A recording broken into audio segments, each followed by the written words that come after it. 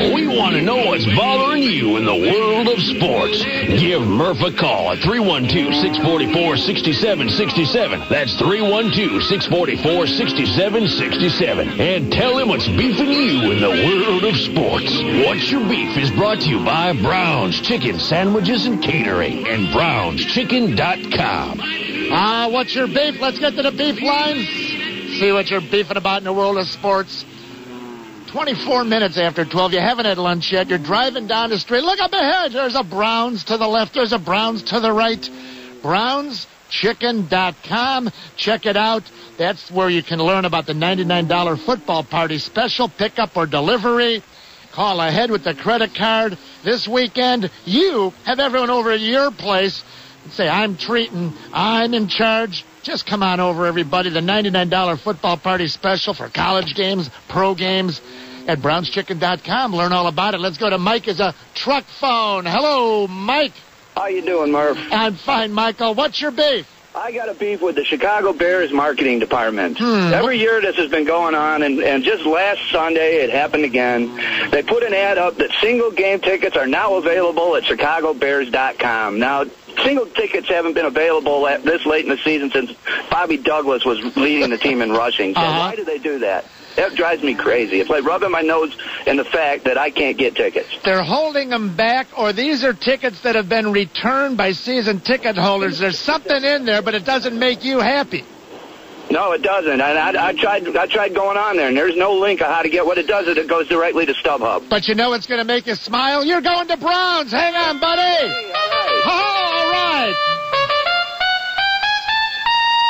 Mike, hang on, buddy. He's probably going to get an Italian beef or an Italian sausage. Man, lunchtime. Put them together. It's a combo. Frank Portillo's favorite. 312-644-6767. You know our famous phone number. Dave, Arlington Heights. Hello, David. Hello, Murph. How you doing? Fine. What's your beef? My beef is with the officiating at Sunday's Bears game. It was bad enough that the refs have a powwow after the disputed block from behind on the punt. Right. But what was worse was after the horse collar that wasn't called, it looked as though the refs watched the Jumbotron and then made a call. And if the refereeing this way is going to be done this way in the NFL, have a powwow after every play and either make good on the calls that weren't made or pick up the flags that aren't legitimate. But to me, that's no way to officiate a ball game. You're exactly right, Dave. One went against the Bears when the blocking in the back or the clip, whatever you want to call it, was picked up. How in the world you pick up a flag? I'll never understand that. The other one went the Bears' way. The 30 seconds, 45 seconds later, like you said, they look up at the Jumbotron, and then they flag the horse collar.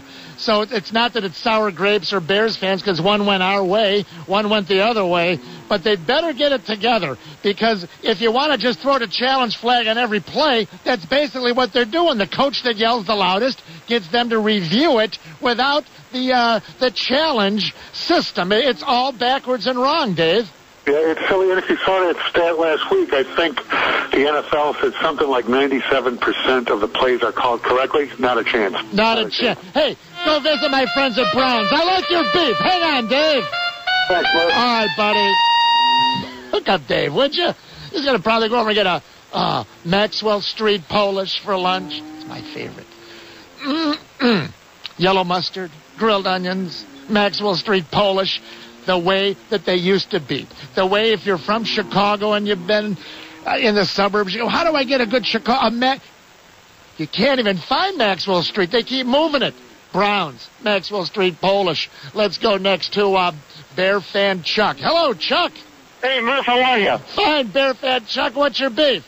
My beef is with the Chicago Park District, the Chicago Bears, and the NFL. Murph, that field was a joke. I've seen better fields on high school football fields in Pee Wee football leagues than that Chicago Bears field at Soldiers Field. I think that's a travesty. Well, you know what? Only by the grace of God, they claim nobody got hurt. We don't know for sure, Mike Brown, if that was a slip or not. They're certainly not going to tell you.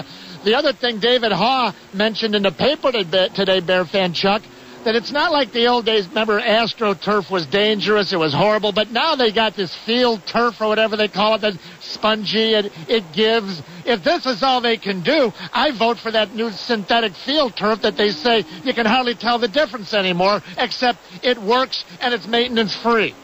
I agree. There you go. Thank you, Bear fan Chuck. Someone agrees with David Haw and Murph. Hey, Jay Zawalski, what's your beef? All right, Murph, my beef is with uneducated but opinionated, dare I say ignorant, sports fans and media. These were the people who were so mad that the Hawks let go of an underqualified Dennis Savard a couple weeks ago. Yeah. Well, since then, how have the Hawks done? Great. They've looked like a different team. Last night we were talking about it looked like they were on a power play, and it was 5-on-5. How about that? They controlled the puck for about 2.5 minutes, and it was 5-on-5. Well, I want to know where those critics are now. Coach Q is the guy, and as much as everyone loved Dennis Savard, maybe the criticism was not valid, and John McDonough maybe knew what he was doing. Let's go to Sal is on the north side of Chicago. Is that you, Sal? Yeah, that's me, Murph. Good morning, afternoon. Hey, buddy, what's your beef, Sal? This is my beef is with Bears fans at the game or even at home. Booing Rex Grossman. I'm an Orton fan, but booing Rex Grossman, who all he did was work hard, take a benching like a man, and come in and help win the game. And I think it's absolutely ridiculous the way he was received at Soldier Field. Got your beef, Sal. Appreciate it, buddy. All right, let's do this. Let's reload. 312-644-6767. But commercial industrial, this is when you go from air conditioning to heating, and today back and forth. TheTownGroup.com. Big jobs, big systems. TheTownGroup.com. West Town, North Town, Southwest Town, Northwest Town. My guys, TheTownGroup.com. Preventive maintenance saves money. It's The Score. Back to beefs. Right after this. Hell bent forever, wishing my gal was by my side. Who wouldn't? All the things I'm missing, good fiddle, Fiddle. waiting at me. 70 to score.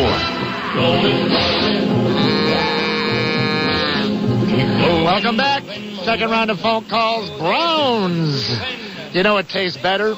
Browns for lunchtime. Beefs, browns, beefs, lunch, browns. Doesn't matter how you say it. It's the best lunch out there. You're out and about. Stop by right now. Hey, bring lunch back to everybody at work. Or maybe tonight. Honey, you're not cooking. I'm bringing chicken home from Brown's. That golden, crispy Brown's chicken. You know, it tastes better. Let's go back to the beef lines.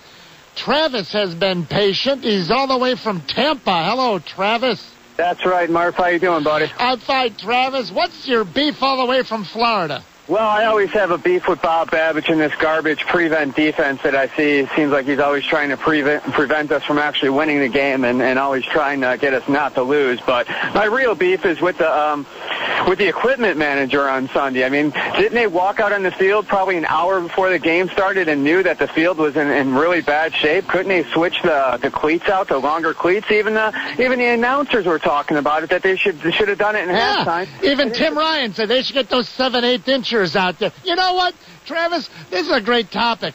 We have to get some of the reporters, maybe our own guy here, Zach Zabin. Maybe I missed it. Fellas across the glass, Steve Goffman, Jay Zawalski. Have you heard anybody report if the Bears changed the length of the spikes, before the game or at halftime? Hey, Travis, that's a good beef, buddy. We're going to work on that. From Chicago, you're all the way from Tampa. I appreciate it, buddy. Hey, Murph, real quick, it didn't look like they changed them at halftime because there were still players who were slipping and sliding. Well, but maybe they already, I know, but I'm saying maybe they already, before the game, had put the max length on, is what I'm saying. We don't know that. You're the best, Murph. All right, buddy. That's highly debatable. Let's go next to, how do we find that out? They ain't going to tell us anyway, right? They ain't going to tell us. Well, we only had the 5/8 inchers out there because we couldn't find the 7/8 inchers. No, I'm sure they had Tony, what's his name, Menti? Tony Medlin. Yeah, that's it, Jay. Very good. You know all the equipment guys out there. It's my specialty. Trying to get your free Blackhawks gear. I know what you're up to. Lonesome George from Skokie. Hey, George. What's so funny, Mike? How you doing, Lonesome? Hey, I'm doing pretty good. World Series was good. Halloween was a few days ago. The Bears won. Blackhawks are doing okay. So what could you possibly have to beef about? Funny you should ask. Yes. Remember when the newspapers around the great city of Chicago, Illinois, used to print the year-end stats for all 30 baseball teams? You had all 30 baseball teams, full stats for all the players, took out like 2.5 pages. Yeah. You saw totals from the whole year. Whatever happened to that? It disappeared. No, the internet. You just go to the internet now, or best you go to statoftheweek.com and you go purchase your great copy of the Bill James Handbook. I want to pay 50 cents once a year. That's not too bad. Hey, just be lucky to still have newspapers, because in about another 10 years they'll be gone anyway. Gone. Thank you, George. Happy days. Okay, buddy. Appreciate it. Sometimes may be a lot sooner than that time projection. Man, I will hate the day when we don't have, the Sun-Times, the Tribune, and the Daily Herald. Might be sooner rather than later, too. Let's go to Paul from Joliet. He's got beefs. Browns has Italian beefs. Hello, Paul.